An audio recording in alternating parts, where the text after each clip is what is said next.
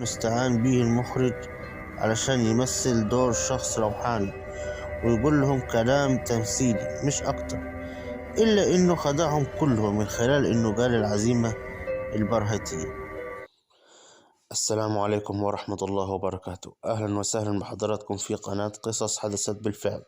النهاردة هقول قصة مشهورة حصلت فعلا قبل كده، وأظن إن معظم الناس عارفاها، وهي قصة الساحر الفلكي اللي شارك في فيلم عاد لينتقم. بس رجاء من حضراتكم، لو أول مرة تشرفوني في القناة يا ريت تدعموني بلايك وتشتركوا في القناة، ويلا بينا ندخل في القصة على طول. الحسيني الفلكي، للي ما يعرفش الشخصية دي، هو اسم كان معروف وسط أشهر السحرة في العالم. الراجل ده يعتبر أكبر روحاني في التاريخ، خدم الجن طول عمره علشان يساعدوه ويطيعوا أوامره، لكن كانت نهايته مؤلمة. هو السيد الحسيني الفلكي من مصر. الراجل ده أذى ناس كتير قبل كده من خلال إنه دخل الجن في كل بيت من خلال الفيلم العربي عاد لينتقم من إنتاج سنة 1988، وده من خلال إنه استعان به المخرج علشان يمثل دور شخص روحاني ويقول لهم كلام تمثيلي مش أكتر، إلا إنه خدعهم كلهم من خلال إنه قال العزيمة البرهيتية. فبدأ ينزل الخراب على كل شخص، بداية من فريق العمل بالفيلم. فلاحظ مصور الفيلم إن في حركات غريبة وناس كانت بتظهر قدام الكاميرا ما يعرفهمش ومش موجودين في سيناريو الفيلم. وبعد إنتاج الفيلم بأيام مات واحد من طاقم العمل والسبب كان مجهول. وبعد ما اتعرض الفيلم في السينمات لاحظ الجمهور حاجات غريبة بتحصل له بعد ما شافوا الفيلم ده، فقرروا منع الفيلم من العرض. وبرضه الرجل ده بايع إبليس وبقى من أقوى الروحانيين والسحرة في العالم، وكان أكتر مشاهير العالم بيلجأوا ليه، وكان بيشتغل بكذا كتاب للسحر الأسود زي كتاب الجوهرة وشمس المعارف وكتب تانية. لكن الغريب إنه مات موتة شنيعة وصعبة. ووقت التحقيق الضابط اللي كان بيحقق في القضية أول ما شاف منظره قال إنه كان عينيه مبرقة ووشه أزرق شاحب تقريبا، كان متخشب، وبقه كان مفتوح من الخضة، مع إنه كان بيتعامل مع الجن ومتعود على شوفتهم. لكن الغريب إيه اللي شافه وخلاه يتصدم ويموت بالشكل ده. وبقى موضوع موته ده لغز حير ناس كتير. ولكن في ناس بتقول كلام تاني، وهو إن مراته هي اللي قتلته، أو إن في حد قتله بالسم. كل الناس في الوقت ده كانوا بيرددوا إن الجاني هو عفريت من العفاريت اللي كان بيحضرها الفلكي الحسيني علشان تساعده في شغله. وكان اللي شافوه الناس عنده في بيته بيخليهم يستغربوا، فلقوا كميات كبيرة من اللبن في بيته ومناديل ملوثة بالدم، بالإضافة لصور كتيرة للمشاهير مكتوب عليها من ورا طلاسم ما يعرفهاش أي حد غيره.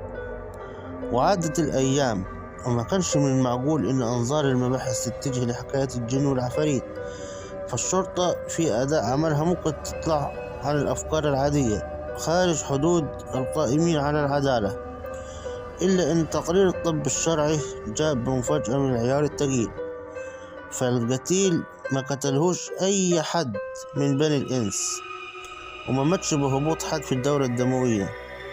وده اللي رجع للأذهان مرة تانية حكاية العفاريت. الفلكي ده ما كانش يعرف إن يوم الأخير مليان بالمفاجآت. الحادثة دي كانت من أغرب الحوادث اللي شافها رئيس مباحث بولاق وقت الحادثة. فما كانش من المثير في القضية دي اتهام قرايب الفلكي الشهير لرشا مراته وإصرارهم على تورطها في حادثة قتل الفلكي، ولكن المثير هو تقرير الطبيب الشرعي ومفتش الصحة أكد إنه مش موجود سبب مقنع لوفاة الفلكي. فما لقيوش الدكاترة عند تشريح الجثة أي أثر للسم.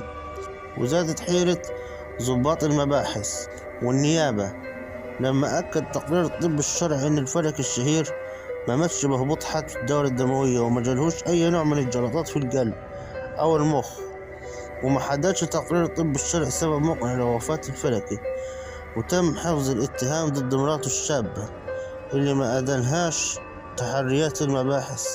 وفضلت وفاة الفلكي لغز محير وما انتهاش غموض القضية دي. فياما لقيت المباحث في شقة الفلكي بفيصل وفجأات كتيرة.